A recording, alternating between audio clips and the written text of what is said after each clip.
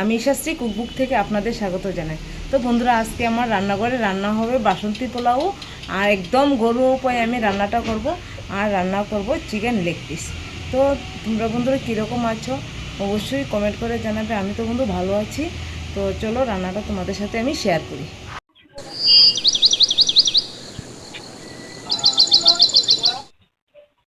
বন্ধুরা, আজকে রান্নাঘরে রান্না হবে লেগ পিস দিয়ে চিকেন কষা, আর রান্না হবে বাসন্তী পোলাও।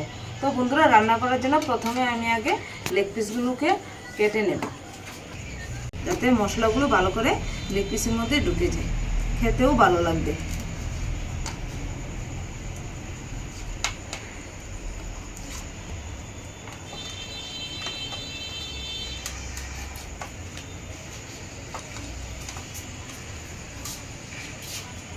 তো লেগ পিস কাটা হয়ে গেছে। এখন এর মধ্যে আমি দিয়ে দেব মশলা। দিয়ে দিলাম হলুদ গুঁড়ো, লঙ্কা গুঁড়ো, অল্প লবণ। এখানে আমি টক দই নিয়েছি বন্ধুরা, তো এখন টক দইটা আমি দিয়ে দেব। এখন আমি সব মশলাগুলো লেগ পিসের সাথে ভালো করে মিশিয়ে নেব।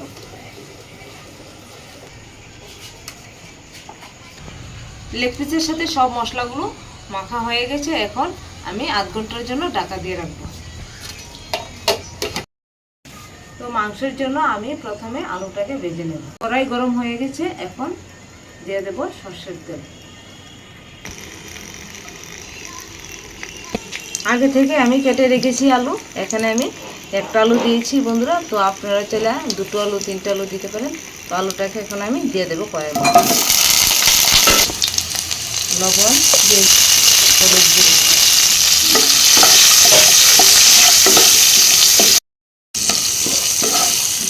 আলুটাকে আমি এখানে ডুমো ডুমো করে কেটে নিয়েছি বন্ধুরা, কারণ মাংসের মধ্যে আলুটা একটু বড় হলে খেতেও ভালো লাগে। আলুটা ভাজা হয়ে গেছে, এখন নামিয়ে নেব।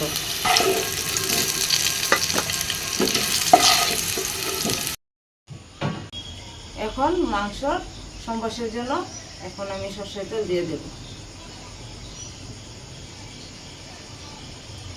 দিয়ে দেব গোটা তেজপাতা। এখন দিয়ে দেব কুচি করে রাখা পেঁয়াজ।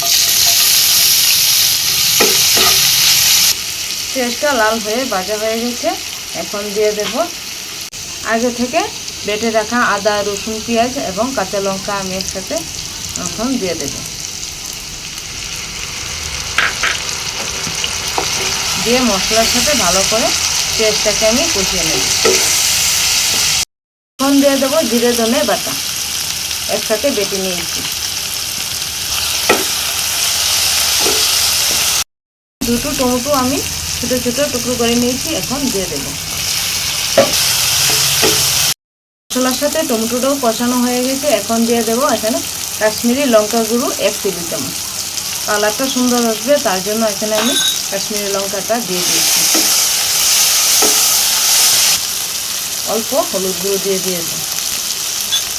হলুদ গুঁড়োটা আমি মাংস মাখানোর সময় দিয়ে দিয়েছি, আলুর মধ্যে দিয়ে দিয়েছি, তার জন্য এখানে আমি হলুদটা অল্প পরিমাণ দিয়ে দিয়েছি। এর সাথে কষানো হয়ে গেছে, এখন আগে থেকে মেখে রাখা সবগুলো লেগ পিস একে একে দিয়ে দেবো সেই মাংসের মধ্যে।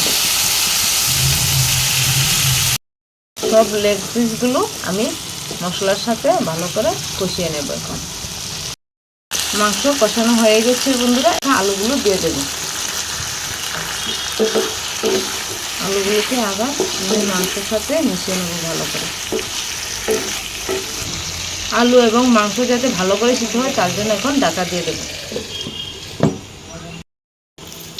ঢাকাটা সরিয়ে দেখি মাংসটা সিদ্ধ হয়েছে কিনা।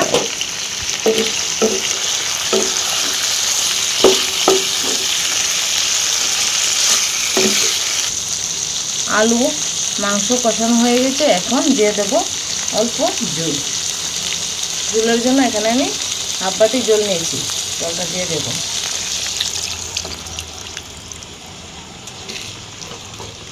রাখবো 10 মিনিটের জন্য। তো দেখুন বন্ধুরা, তরকারির কালারটা কি সুন্দর এসেছে। লেগ পিসগুলো সুন্দর করে সিদ্ধ হয়ে গেছে। এখন দিয়ে দেব গরম মশলা বাটা।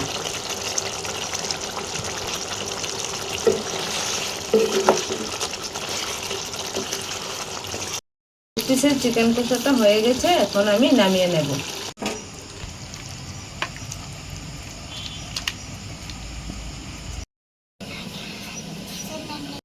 বাসন্তী পোলাওটা একটু অন্যরকম ভাবেই করব। বাজার থেকে কিনা যে বাসমতি চাল কিচেন খাজানা, ওই চালটাই আমি এখানে এক বাটি নিয়েছি। তো বন্ধুরা, অনেকে গোবিন্দভোগ চাল দিয়েও রান্নাটা করে, তো আমি আজকে এই রান্নাটা করব শুধুমাত্র বাসমতি চাল দিয়ে। তো চালটা এখন আমি ধুয়ে নিয়েছি, দিয়ে দেব।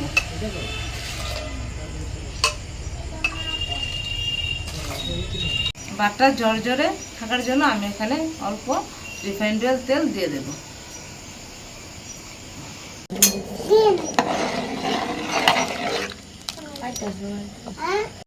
বন্ধুরা, ভাতটা হয়ে গেছে, এখন নামিয়ে নেব।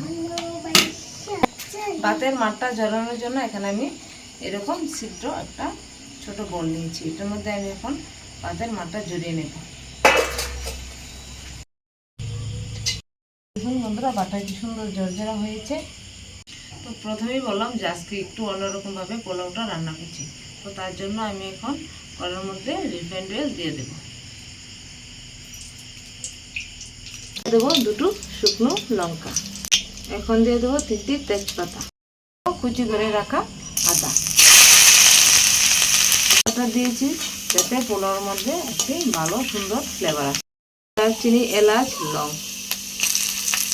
তো মশলাগুলো হয়ে গেছে, এখন আমি ভাতটা দিয়ে দেব।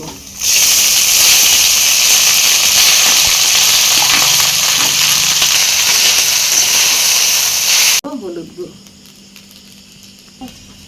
দিয়ে দেব, লবণ, হলুদ লবণ আমি ভালো করে মিশিয়ে নেব।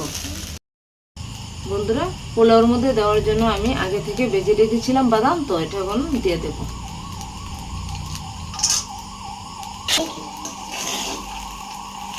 আমার ঘরে শুধু চীনাবাদামই ছিল, তার জন্য আমি এখানে শুধু চীনাবাদামটাই আমি ব্যবহার করেছি। আপনারা চাইলে এখানে কাজু বাদামও দিতে পারেন। পোলাও মানে ঘিয়ের ছড়াছড়ি, তার জন্য উপর দিয়ে আমি অল্প ঘি ছড়িয়ে দেব, তাতে ফ্লেভারটা যাতে ভালো আসে পোলাও।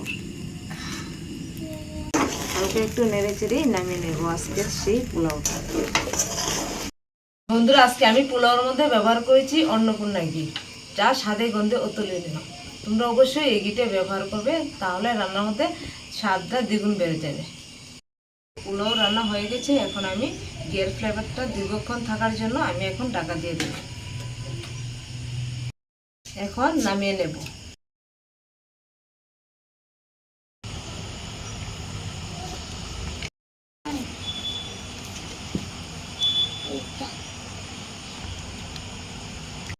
চিকেন কষা আর পোলাও রান্না হয়ে গেছে, এখন আমি আমার মেয়ে এখন খেয়ে দেখব রান্নাটা কিরকম হয়েছে।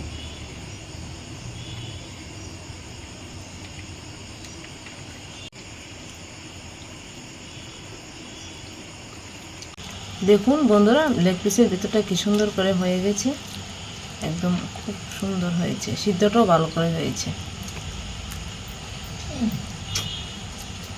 দেখুন আলুটা। চিকেন কষা এবং পোলাওটা কিরকম হয়েছে বাবা? ভালো হয়েছে। আচ্ছা বন্ধু, চিকেন কষা এবং পোলাওটা খুবই টেস্ট হয়েছে। আপনারা এভাবে বাড়িতে রান্না করে খাবেন। আর যারা যারা আমার পেজে নতুন, তারা আমার পেজটাকে ফলো করে দেবেন। যারা আমার চ্যানেলে নতুন, তারা আমার চ্যানেলটাকে সাবস্ক্রাইব করে দেবেন আর নোটিফিকেশনটা অন করে দেবেন, তাহলে সবার আগে আমার ভিডিও আপনাদের কাছে পৌঁছে যাবে। তো বন্ধুরা, আপনারা ভালো থাকবেন, সুস্থ থাকবেন। আজকের জন্য টাটা।